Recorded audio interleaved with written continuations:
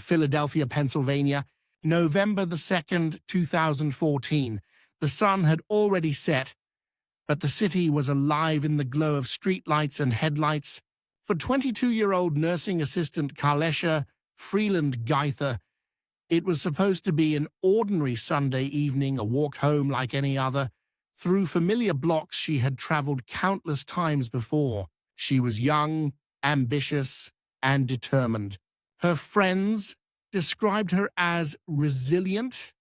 Her family saw her as the type who would fight for her future no matter what obstacles life put in her way.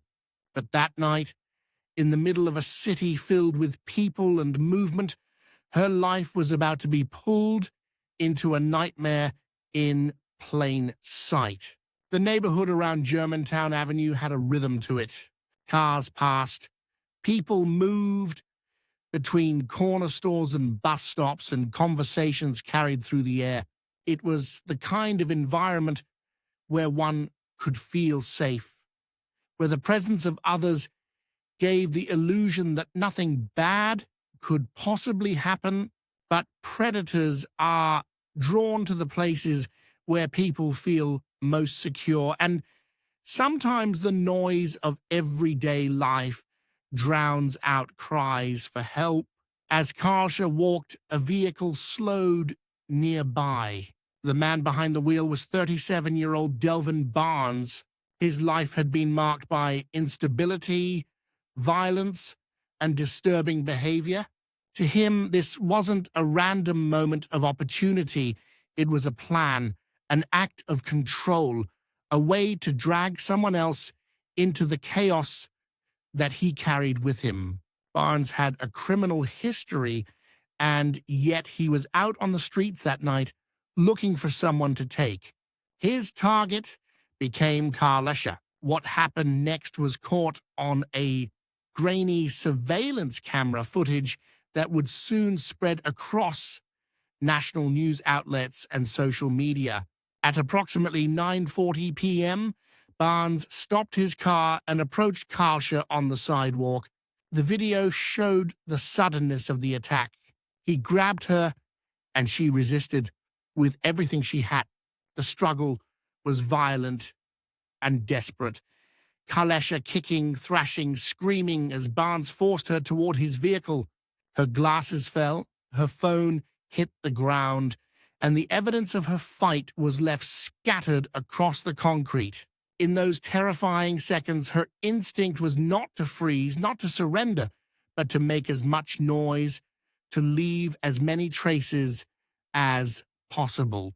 It was her way of saying, "I am here. Someone see me! Someone stop this." But the street, busy just moments before, offered no salvation. No one stepped in. No one stopped the abduction. Within seconds, she was forced into Barnes's car, and the vehicle sped off into the night. For the Philadelphia police, the case was urgent from the very start. A young woman violently taken off a public street, caught on video, was the kind of crime that not only horrified the city, but demanded immediate answers. Investigators arrived on scene, collecting the broken phone, the glasses, and combing through the surveillance footage.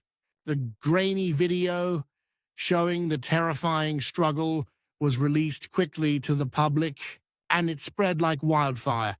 People across the city and across the nation watched the chilling moments of a young woman being dragged into the darkness, powerless to stop it.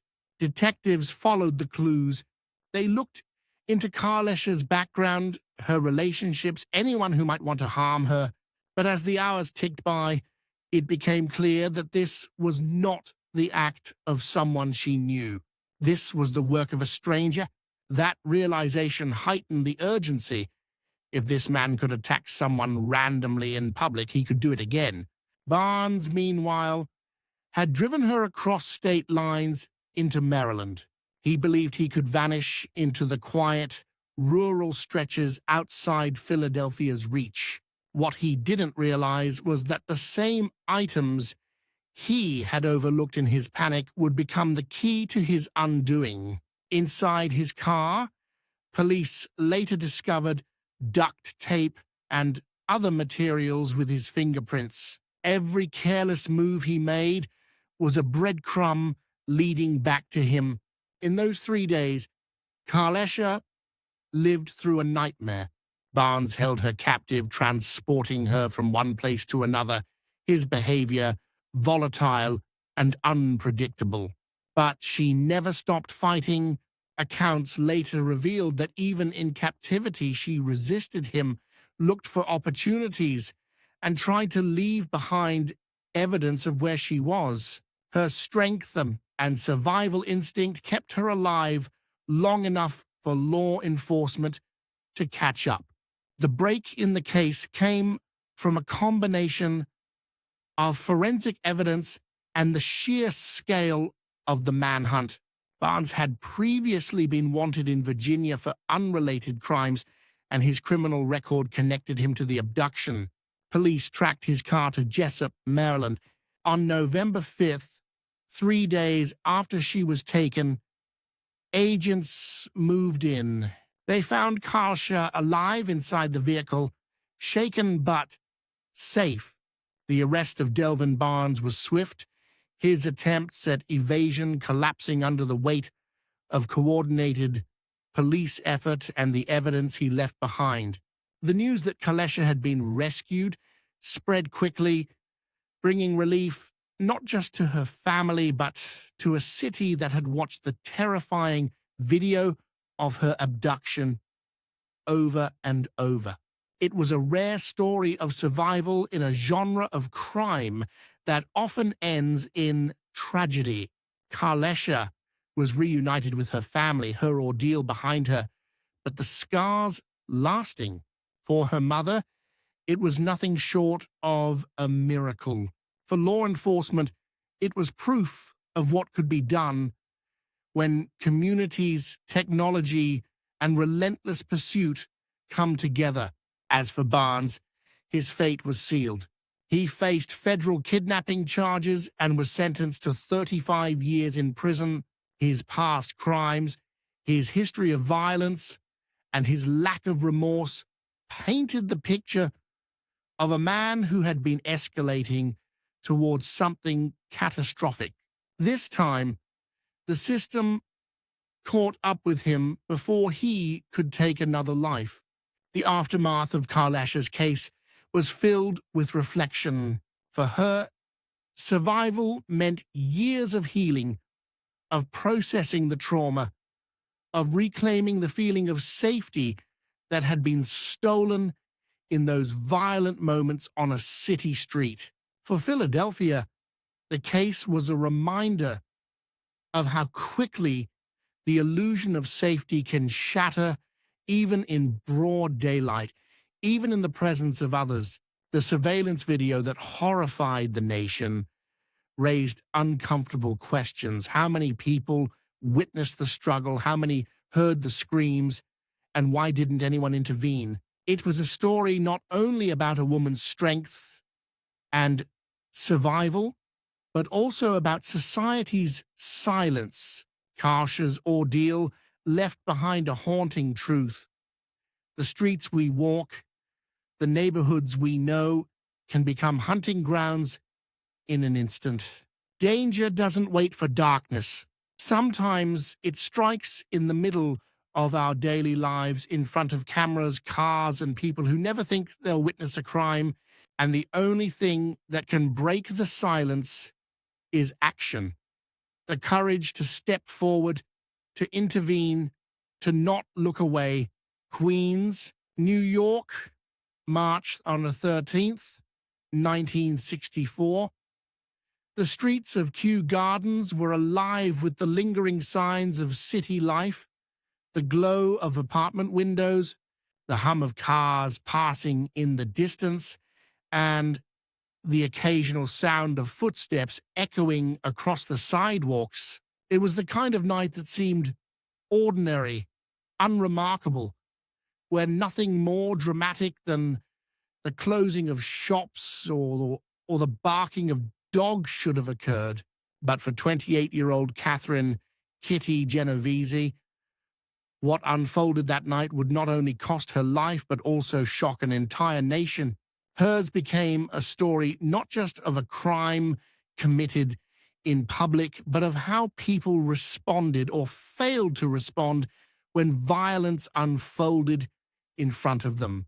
Kitty had been returning home from her job as a bar manager. It was the early hours of the morning, but it was not the kind of darkness that isolates. Apartment buildings lined the block, lights were on, people were awake, and the familiar neighborhood should have offered safety.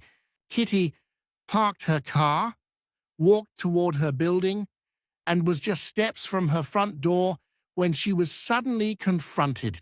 Out of the shadows came Winston Mosley, a 29-year-old man whose quiet outward appearance hid a dangerous and violent compulsion. Mosley had been driving around looking for a victim. It was deliberate, calculated. He carried with him a knife, and when he saw Kitty, he followed her. Without hesitation, he attacked. He stabbed her twice in the back. She screamed, loud enough that neighbors could hear. Some opened their windows, some turned on their lights. Kitty shouted, "Oh my God, he stabbed me! Help me!" The sound carried through the courtyard, through the walls of the apartments. It was not a crime hidden in shadows. It was happening in plain sight, within earshot of dozens of potential witnesses. What happened next has haunted public memory for decades. A man shouted from a window, telling Mosley to leave her alone. For a moment, it worked. Mosley retreated, slipping away into the night. Kitty, wounded but alive, struggled to make her way toward her apartment. She collapsed near the entrance, trying to reach safety. Lights flickered off again, windows closed, and silence returned. No one came down. No one walked out to help, but Mosley hadn't left. He circled back, returning to the scene a short while later. He found Kitty where she had collapsed, now weaker, bleeding, unable to fight back. There, he stabbed her several more times before committing an assault so violent it shocked investigators. The attack stretched on for nearly half an hour. By the time someone finally called the police, it was too late. Kitty Genovese lay dead on the cold pavement, steps away from her own home. The initial reports that followed the murder were devastating, not only for the brutality of the act, but for the way the community had responded. A now famous article in the New York Times claimed that 38 witnesses had seen or heard portions of the attack but did nothing to intervene. The number would later be debated and challenged, but the essence of the report remained true. Multiple people were aware of Kitty's suffering, and almost no one acted until the end. When police finally arrived, they found her lifeless body. Mosley had fled, but would not remain free for long. He was arrested within the week after being linked to another crime. During interrogation, he confessed not only to killing Kitty, but also to multiple other murders and assaults. His calm, detached demeanor horrified detectives. He admitted he attacked women because he wanted control, because he could. There was no remorse, no hesitation in recounting what he had done. The trial that followed was watched closely, and the details of Kitty's murder sent shockwaves across the country. Mosley was convicted of her murder and sentenced to death, a sentence later commuted to life imprisonment. He would remain behind bars for more than 50 years until his death in 2016, one of the longest incarcerated inmates in New York State history. But the legacy of Kitty Genovese's murder extended far beyond the courtroom. It forced an uncomfortable national conversation about responsibility, morality, and human behavior. Why had so many people failed to act? Why had no one rushed to her aid when her cries were so loud, her danger so obvious? Psychologists began to study the phenomenon, eventually coining the term the bystander effect. The theory suggested that when people witness a crime or an emergency in a group, the responsibility to act becomes diffused. Each person assumes someone else will do something, and in the end, no one does. Kitty's case became a defining example of this chilling aspect of human psychology. Over time, her death also led to practical changes. The outrage over the lack of response contributed to the creation and promotion of the 911 emergency call system, giving people a simple and direct way to reach authorities in moments of crisis. In that way, her tragedy reshaped how communities respond to emergencies, ensuring that future victims might not be left to suffer in silence. Yet, for those who lived in Kew Gardens at the time, the guilt lingered.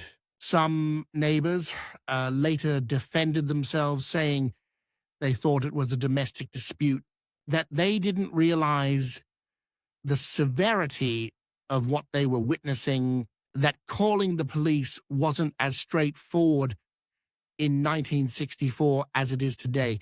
But excuses could not erase the fact that Kitty Genovese died in a public place, surrounded by people who could have helped but didn't. For Kitty's family, the murder was a wound that never healed. Her younger brother, Bill Genovese, was especially haunted.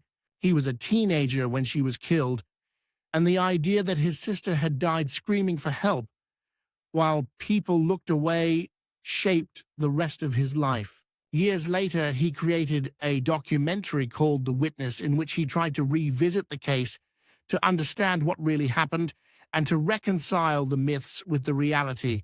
For him, the haunting question remained: had people acted differently?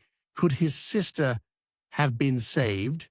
The murder of Kitty Genovese was not the first crime to happen in broad daylight, nor was it the last, but it became symbolic. It revealed not only the cruelty of one man, but the passivity of many. It showed how danger can unfold in the middle of ordinary life under the eyes of neighbors, in a place where safety feels assumed, and it asked a question that remains relevant decades later. When faced with violence, will we look away or will we act? Kitty Genovese's story has lived on not just in textbooks and court records, but in culture, in psychology, and in the law.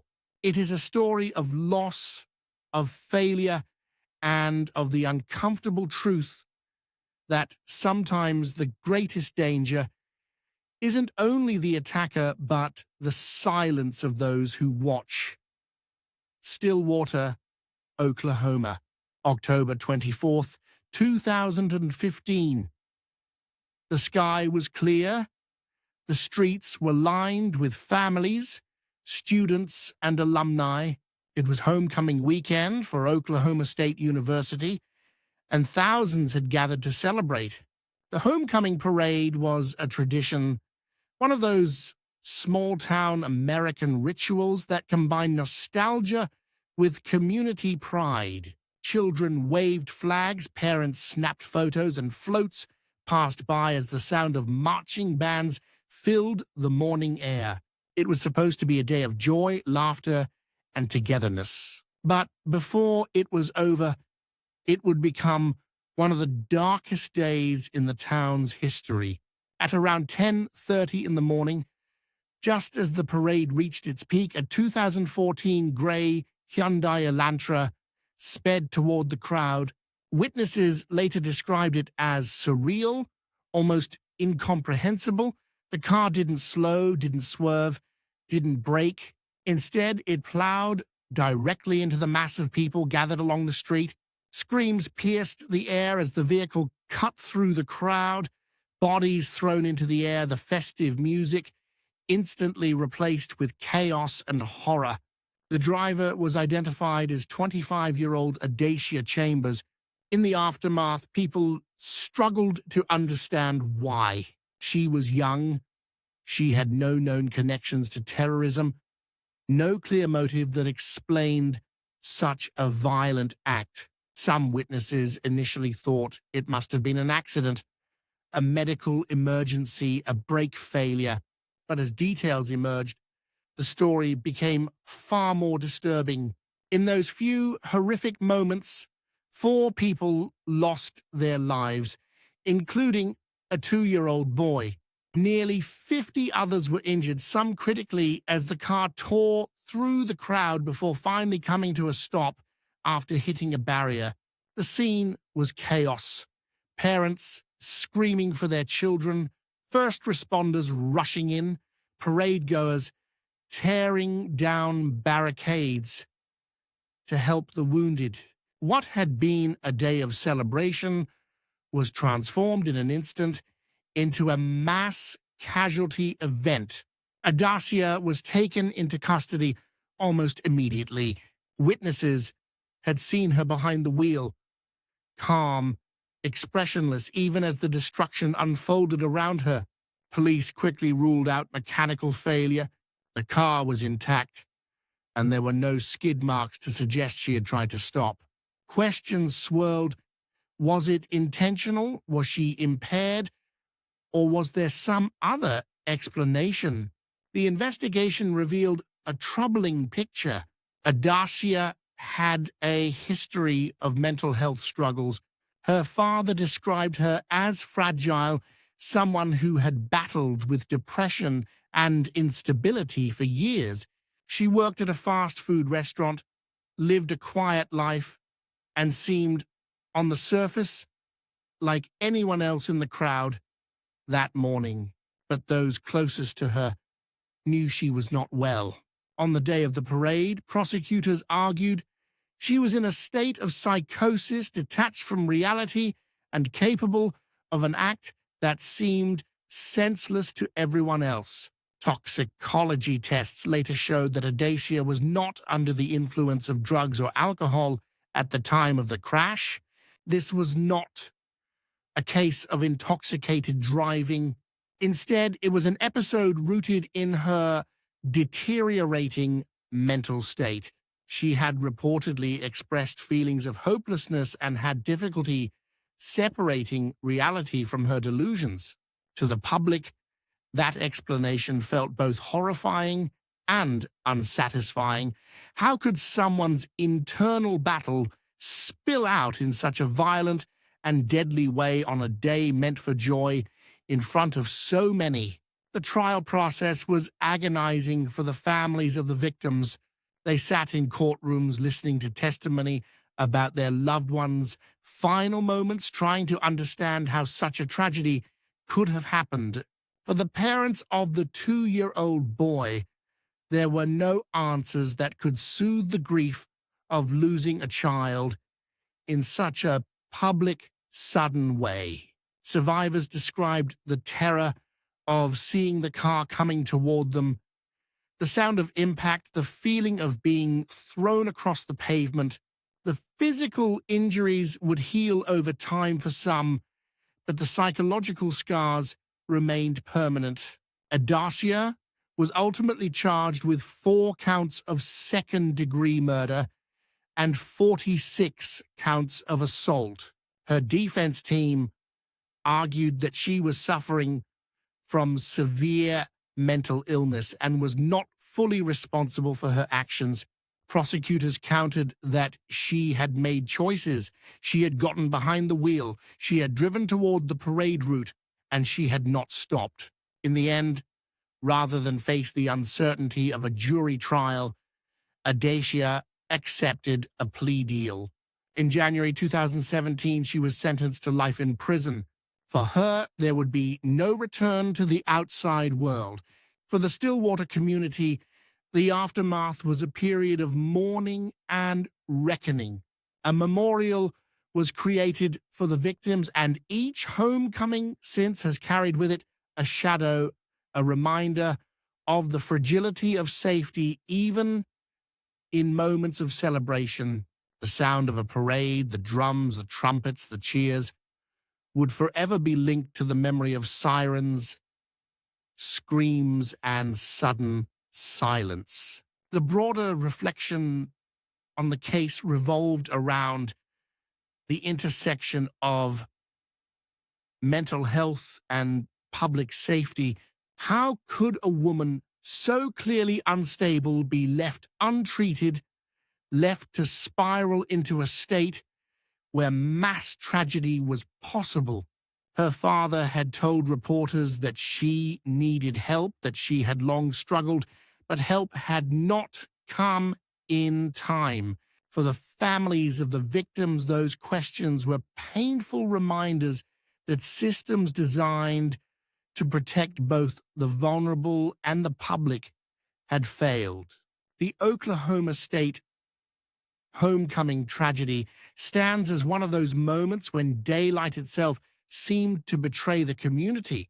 It happened in front of thousands on Main Street, in the middle of a tradition that had existed for decades. No one expected that danger could come in such a way, not from a faceless stranger, but from one of their own, a young woman who should have been standing in the crowd with them, not driving toward it. Years later, survivors would recall the day with a mix of disbelief and sorrow. Some spoke about the kindness of strangers who helped in the chaos, the students who tore off their jackets to bandage wounds, the parade-goers who lifted debris to free the injured. In the worst of humanity's moments, there was still humanity's resilience, but the loss could never be undone. The haunting truth is that the Oklahoma State homecoming parade was not destroyed by an accident or by random misfortune. It was destroyed by one person's decision to get behind the wheel in the grip of mental illness and drive into a crowd. It was a crime committed not in secret, not in the shadows, but in the bright light of a Saturday morning, in front of families and cameras and community pride. And it left behind the reminder that sometimes the most devastating violence comes not from a hidden enemy, but from within, when no one expects it, when the sun is shining, and when everyone has gathered to celebrate life. New York City, May 25th, 1979. It was a warm spring morning in Soho, a neighborhood alive with artists, shopkeepers, and children heading to school. 6-year-old Etan Patz was one of them that day. He wore a blue jacket, a striped shirt, and a small pilot cap. He carried his school bag and a dollar bill his mother had given him to buy a soda at the corner store. It was a day like any other, filled with the ordinary rituals of family life. But within hours, it would become one of the most infamous disappearances in American history, a crime that took place not under the veil of night, but in the broad light of day on a busy city street. Etan lived with his parents, Stanley and Julie Patz, in a loft apartment in Soho. The neighborhood was not yet the polished shopping district it would later become. In 1979, it was a mix of industrial buildings, artist spaces, and family homes.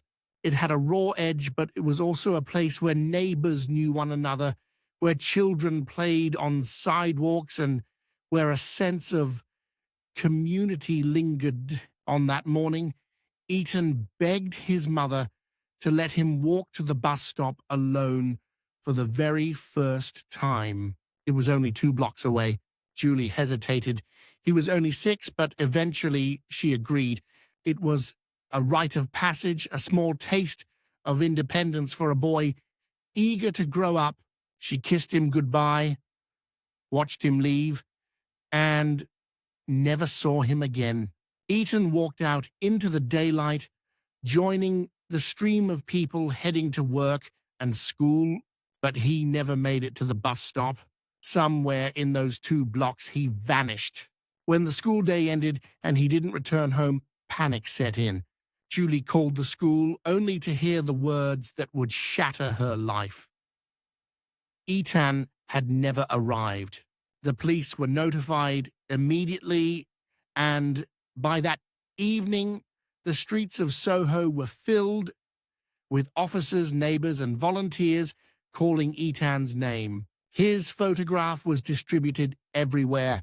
Stanley, her professional photographer, had countless pictures of his son, smiling, playful, with big expressive eyes. Those photos soon became the face of a movement. For years afterward, Etan's picture appeared on milk cartons, turning him into one of the first missing children to be featured in a national campaign.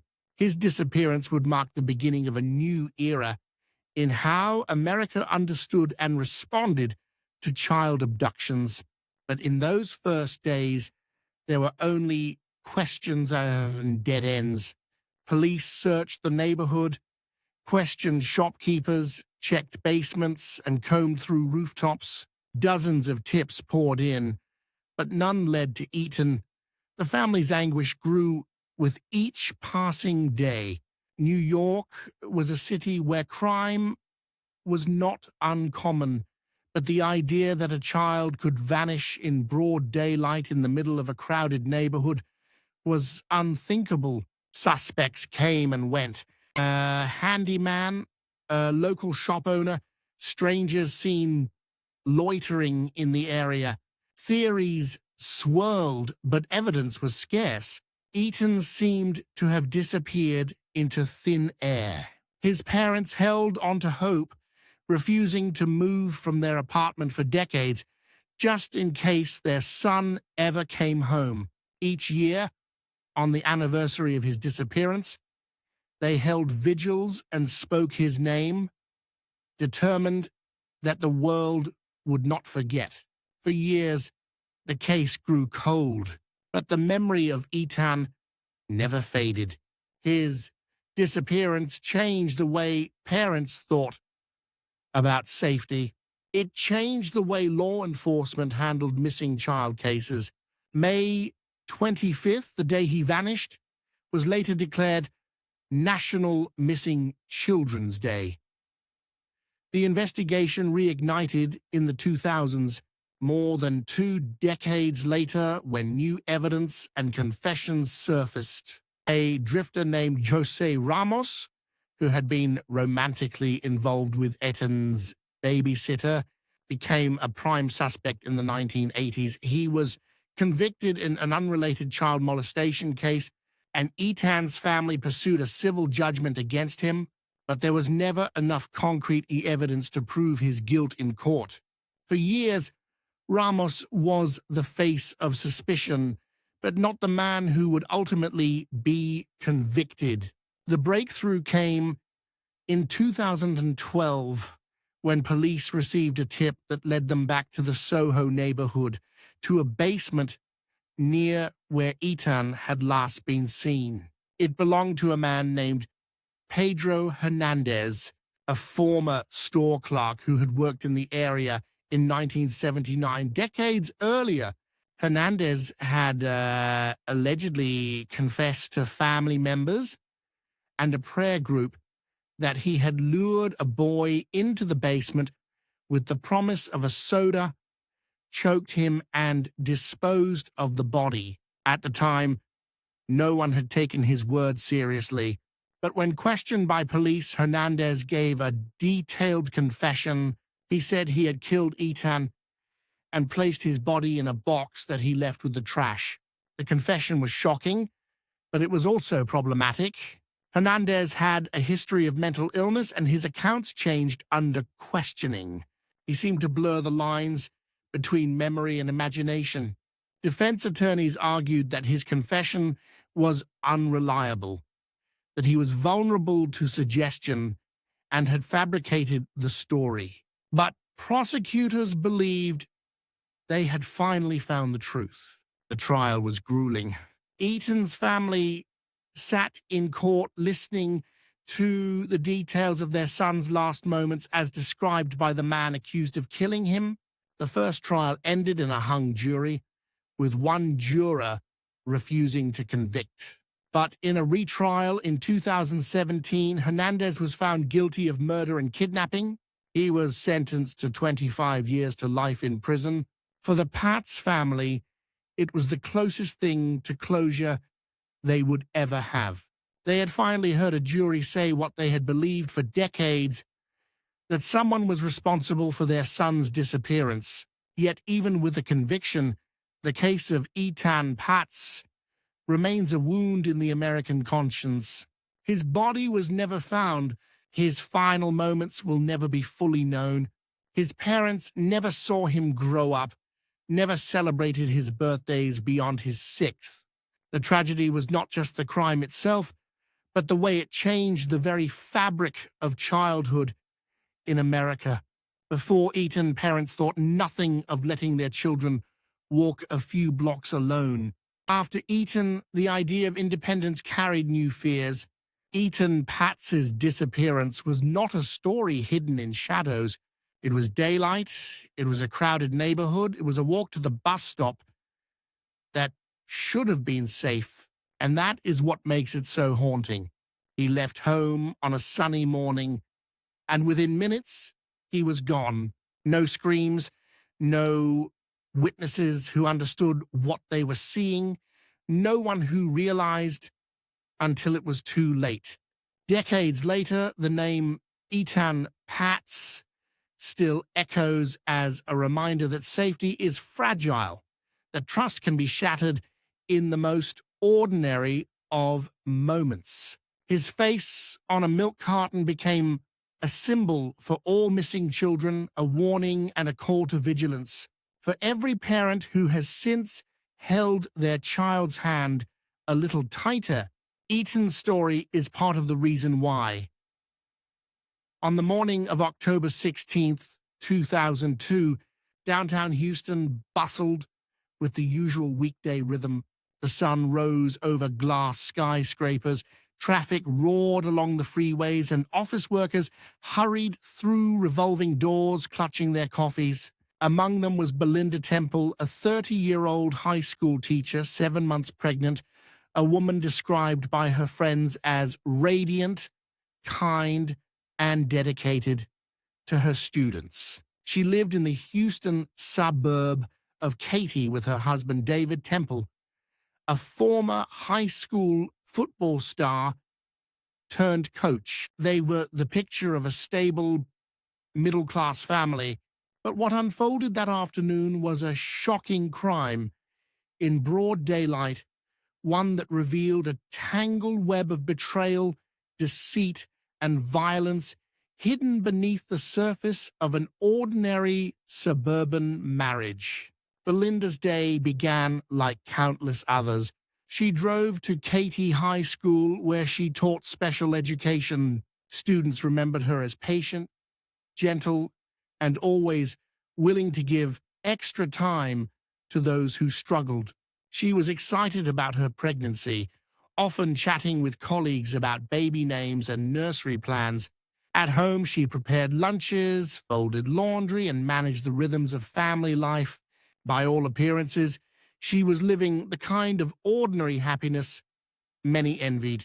But the marriage was far from perfect. David Temple, her husband, was admired as a coach, but carried himself with arrogance and a controlling streak. To outsiders, he seemed disciplined and devoted, but those closer knew he had a temper. More dangerously, David was leading a double life.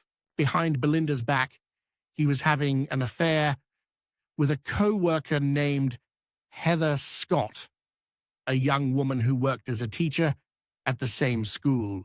Their relationship had begun months earlier, and by October, it had deepened into a secret passion. David wanted to be with Heather. What stood in the way was his pregnant wife. On that October afternoon, Belinda returned home early, not feeling well. The streets of the Lakes at Stonegate subdivision were quiet. Manicured lawns stretching out under the bright Texas sun. Neighbors were at work, children still in school. The setting was peaceful, safe, almost idyllic. It was the last place anyone expected violence. Sometime between 3:30 and 4 p.m., a shotgun blast tore through that quiet. Belinda was shot once, execution style, in the back of the head. She fell in her bedroom, her body collapsing near the closet. She never saw it coming.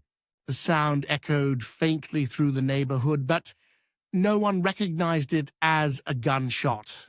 It was broad daylight in the middle of a suburban community, and yet her killer walked in and out unseen. When David Temple arrived home later that day with their young son, he claimed to have discovered the scene. He called the police, his voice measured, almost too calm for a man whose wife had just been murdered. Officers arrived to find Belinda dead, the house ransacked in a way that suggested a staged burglary. Drawers were pulled out, items scattered, but nothing of value was missing. To detectives, it looked wrong, too neat, too deliberate. The pieces didn't add up. The investigation began immediately. Detectives interviewed neighbors, family, and co-workers. They learned quickly about David's affair with Heather Scott. In fact, within days of Belinda's murder, David had already leaned heavily into that relationship, spending more time with Heather, speaking of a future together. The timing raised suspicions. Detectives began to believe this was not the work of a random burglar, but a calculated killing orchestrated by the man who should have loved Belinda most. For years, however, the case stalled. There was no murder weapon recovered, no eyewitnesses, no forensic evidence tying David directly to the crime. The staged burglary clouded the picture. Prosecutors were hesitant to go forward without stronger proof. Meanwhile, David lived his life, marrying Heather in 2001 and building the future he had once secretly desired. To many, it seemed he had gotten away with murder, but Belinda's family never stopped pushing. Her parents and siblings believed from the very beginning that David was responsible. They demanded answers, meeting with investigators, keeping her case alive in the media, refusing to let her memory fade. Their persistence paid off. In 2004, nearly 7 years after Belinda's murder, a grand jury indicted David Temple for her killing. The trial took place in 2007, and it was explosive. Prosecutors painted him as a cold, calculating man who wanted to rid himself of a pregnant wife so he could be with his lover. They described the staged burglary, the affair, the lies, and the lack of grief. Jurors listened as witnesses recounted David's controlling behavior, his anger, and his obsession with Heather. The defense countered by pointing to the lack of physical evidence. They argued that police had built a case on circumstantial suspicion, not proof. They suggested other possible suspects, including local teenagers who had been committing burglaries in the area. Without the murder weapon, they insisted, there was no way to be sure. After days of testimony, the jury sided with the prosecution. David Temple was convicted of murder and sentenced to life in prison.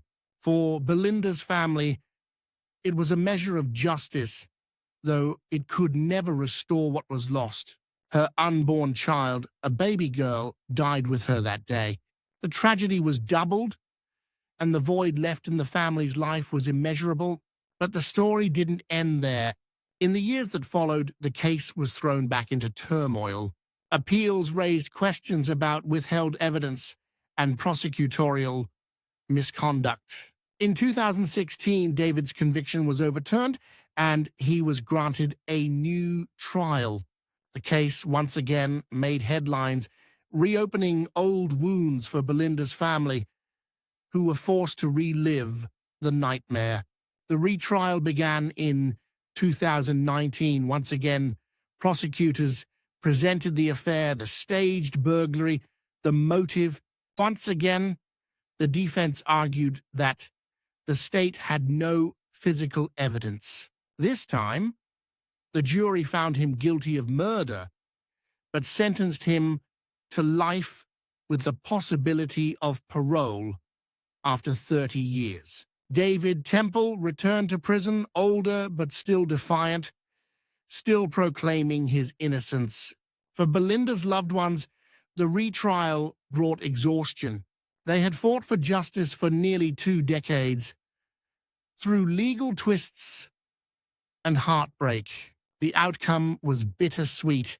David was behind bars, but the long process had left scars almost as deep as the crime itself.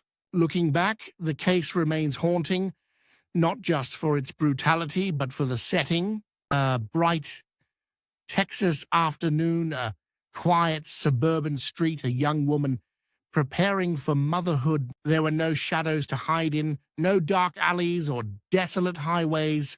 It was a home filled with daylight, filled with the small details of ordinary life, where death struck without warning.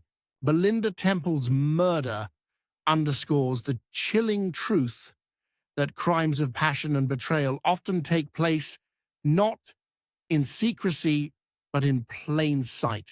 Behind the walls of a seemingly happy household, tensions build, secrets fester, and choices are made that lead to tragedy. David Temple's affair was not a hidden whisper. It was visible to colleagues, noticed by friends. The warning signs were there, but no one believed they would culminate in murder. The reflection lingers. How well do we ever know the people closest to us? How often do we ignore the cracks in the facade, the signs of control, the subtle distancing of affection? For Belinda, trust in her marriage cost her everything. And for the community, the shock has never fully faded. The idea that a beloved teacher, a pregnant mother, could be killed in her own home in broad daylight shattered the illusion of safety in the suburbs. Her story continues to echo through true crime discussions, legal debates, and the memories of those who knew her.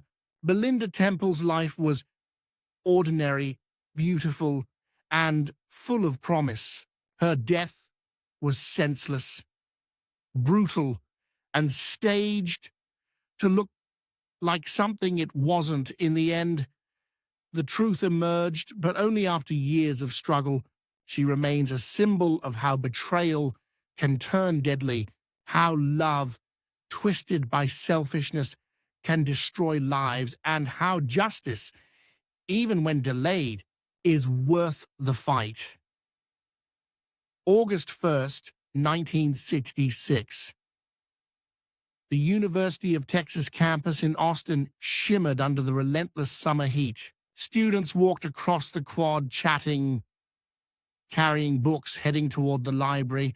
Professors prepared for afternoon lectures, and the campus clock tower, 27 stories high, visible for miles, loomed as the familiar centerpiece of university life. At 11:48 a.m., that tower became the site of one of the most shocking crimes in American history, a massacre carried out in broad daylight that introduced the nation to the terror of a mass shooting. Charles Whitman was a former Marine an engineering student, and a young man with a troubled mind. On the surface, he seemed disciplined, intelligent, and driven, but beneath the surface, darkness brewed. He had a history of violence, a strained relationship with his abusive father, and a growing sense of instability. In the weeks before August 1st, Whitman visited doctors complaining of overwhelming headaches and violent impulses. He told one psychiatrist that he was afraid he might do something irrational.